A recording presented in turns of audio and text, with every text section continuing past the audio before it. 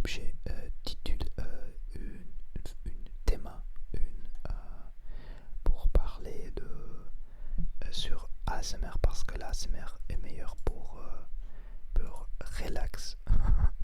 Et le relax c'est compliqué si c'est une discussion compliquée. Il semble que la personne qui a fait le autre commentaire n'est pas heureux. Il n'est pas heureux. Il m'a dit qu'il est heureux, mais il n'est pas heureux parce que il est musicien et il semble qu'il n'a pas eu de succès comme musicien. Et et la musique est aussi beaucoup noire, comme des fréquences en petit B, bas, B, C, basse, baisse. Et je crois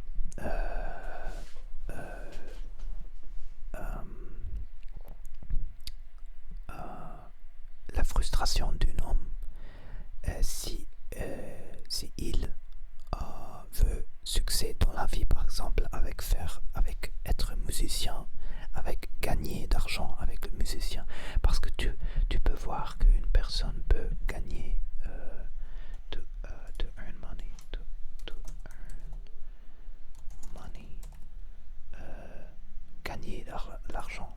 Oui, si un homme veut gagner d'argent avec ce que il a fait du lieu à tous les Spotify, toutes les autres choses comme ça, il veut gagner d'argent avec la musique. Normalement, un musicien fait de musique de cœur et il ne veut pas gagner d'argent de la musique.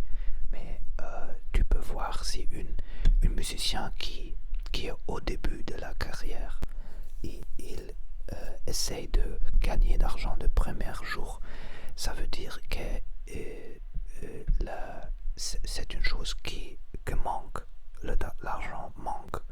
C'est pas seulement pour la musique, mais l'argent manque. Et comme ça, la musique noire de fréquence baisse et aussi sans succès. Ça veut dire que il est peut-être 100% que il n'est pas heureux dans la vie, mais c'est possible que c'est pas conscient, parce que si tu as des frustrations sur la vie avec par exemple d'argent et quelque chose comme ça, tu as des frustrations, mais la frustration peut être inconsciente, unconscious,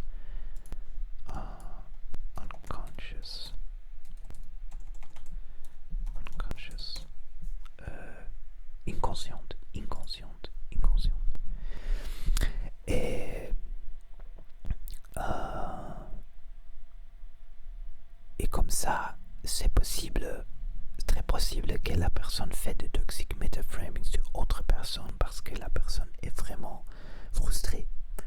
Et la personne peut dire, je ne suis pas frustré, mais les hommes sont experts de être frustrés sans voir que inconsciente ils sont frustrés. Non, les hommes sont experts de ça.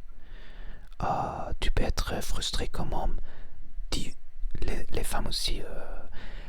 Tu peux être frustré 10 ans, 20 ans, 30 ans et tu ne peux pas voir ça parce que tu as un comportement toxique par exemple, mais tu crois que c'est normal parce que tu as comme apprendre ça et tu es acostumbrado, accustomed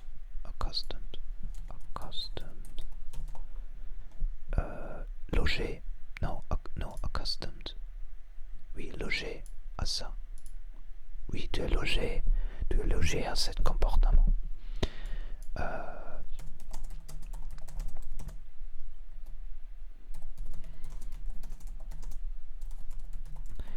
Donc j'ai fait une petite recherche. Donc j'ai fait une petite recherche et je vois que la personne probablement est frustrée sans être consciente de qu'il est frustré. Ok. Et comme ça, je sais que le commentaire est plus ou moins. Non, je sais. Even then, I know. Even without it, I know. Even without it, I know that. Même sans ça, even without it, même sans ça, even without it, même sans ça, je sais, même sans ça, je sais que c'est une toxic metaphor, et c'est tout. Et j'utilise ça pour faire j'utilise cette structure d'un toxic metaframe pour expliquer le toxic metaframe sur autre langue, sans parler de la personne, mais seulement utiliser la structure de toxic metaframing et utiliser de parler de ça pour expliquer à la personne comme être consciente de ça. Parce que beaucoup de personnes vivent dans une relation toxique sans être conscientes de être dans une relation toxique et après prendre conscience, tu peux sortir de une relation toxique. C'est la première chose que tu dois faire, être consciente que tu es dans une relation toxique. Et comment être sûr? Il y a deux choses pour être sûr que tu es dans une relation toxique. Tu ne te sens vraiment, you don't really feel happy. You don't really feel happy. Tu ne te sens pas vraiment heureux. Tu ne te sens pas vraiment heureux. Tu ne te sens pas vraiment heureux. Tu ne te sens pas vraiment heureux. Et ça veut dire peut-être toi, peut-être tu te sens heureux, mais peut-être l'autre personne non. Peut-être tout copain, copine, non copain, copine ne te sent heureux, ne se sent heureux. C'est possible parce que il y a ok, j'ai besoin de plus de mots. Perpetrator, victim. Parce que il y a un auteur et une victime. Le auteur, tout le temps, pense tout est parfait. Et la victime peut sentir qu'il y a une chose qui n'est pas bon. Mais elle ne peut pas dire qu'est-ce que c'est. Et si tu comprends le toxic metaframing, une fois, tu comprends que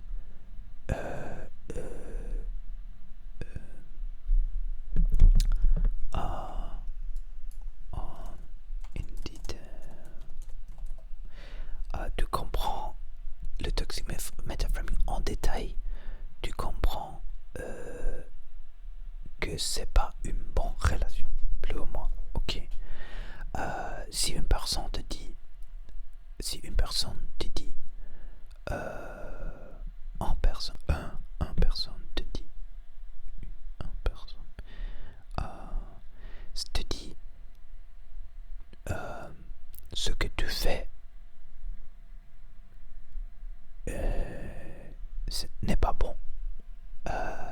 C'est une forme de toxic metaframing. Bon, c'est très difficile à expliquer maintenant. Je crois que tu dois abonner cette chaîne et attendre une part de semaine au moins pour apprendre vraiment le toxic metaframing, parce que comme ça je ne peux pas parfaitement expliquer. Mais la personne veut dire quelque chose pour te baisser dans la valeur et et, et augmenter son propre valeur. Par exemple, une personne te dit everything you do is wrong. Tout ce que tu fais est mal.